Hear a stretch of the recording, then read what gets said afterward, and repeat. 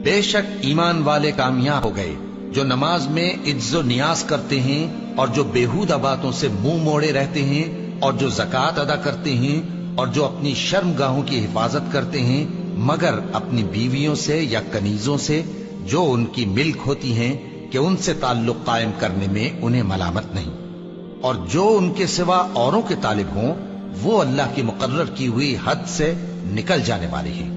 اور جو امانتوں اور اقراروں کو ملحوظ رکھتے ہیں اور جو نمازوں کی پابندی کرتے ہیں یہی لوگ میراث حاصل کرنے والے ہیں، یعنی جنت الفردوس کے وارث بنیں گے، وہ اس میں ہمیشہ رہیں گے۔ اور ہم نے انسان کو مٹی کے خلاصے سے پیدا کیا ہے، پھر اس کو ایک مضبوط اور محفوظ جگہ میں نطفہ بنا کر رکھا، پھر ہم نے نطفے کا لوتھڑا بنایا، پھر لوتھڑے کی بوٹی بنائی، پھر بوٹی کی ہڈیاں بنائیں، پھر ہڈیوں پر گوشت پوست چڑھایا، پھر اس کو نئی صورت میں بنا دیا۔ سو بڑا برکت والا ہے اللہ جو سب سے اچھا بنانے والا ہے۔ پھر اس کے بعد تم مر جاتے ہو،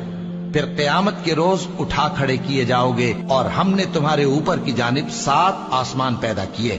اور ہم خلقت سے غافل نہیں ہیں۔ اور ہم ہی نے آسمان سے ایک اندازے کے ساتھ پانی برسایا، پھر اس کو زمین میں ٹھہرا دیا، اور ہم اس کے نابود کر دینے پر بھی قادر ہیں۔ پھر ہم نے اس سے تمہارے لیے کھجوروں اور انگوروں کے باغ بنائے، ان میں تمہارے لیے بہت سے میوے ہوتے ہیں اور ان میں سے تم کھاتے ہو۔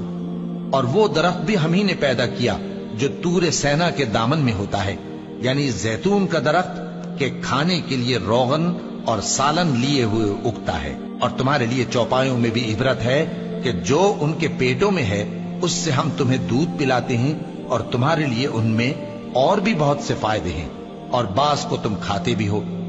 اور ان پر اور کشتیوں پر تم سواری بھی کرتے ہو۔ اور ہم نے نوح کو ان کی قوم کی طرف بھیجا تو انہوں نے ان سے کہا کہ اے قوم،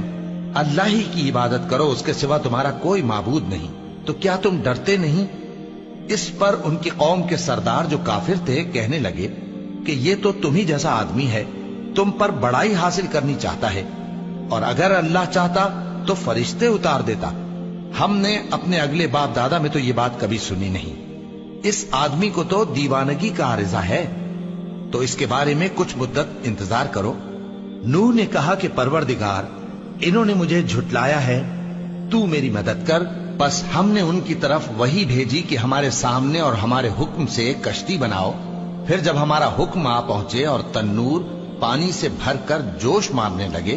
تو سب قسم کے پالتو حیوانات میں سے جوڑا جوڑا یعنی نر اور مادہ 2 کشتی میں بٹھا لو،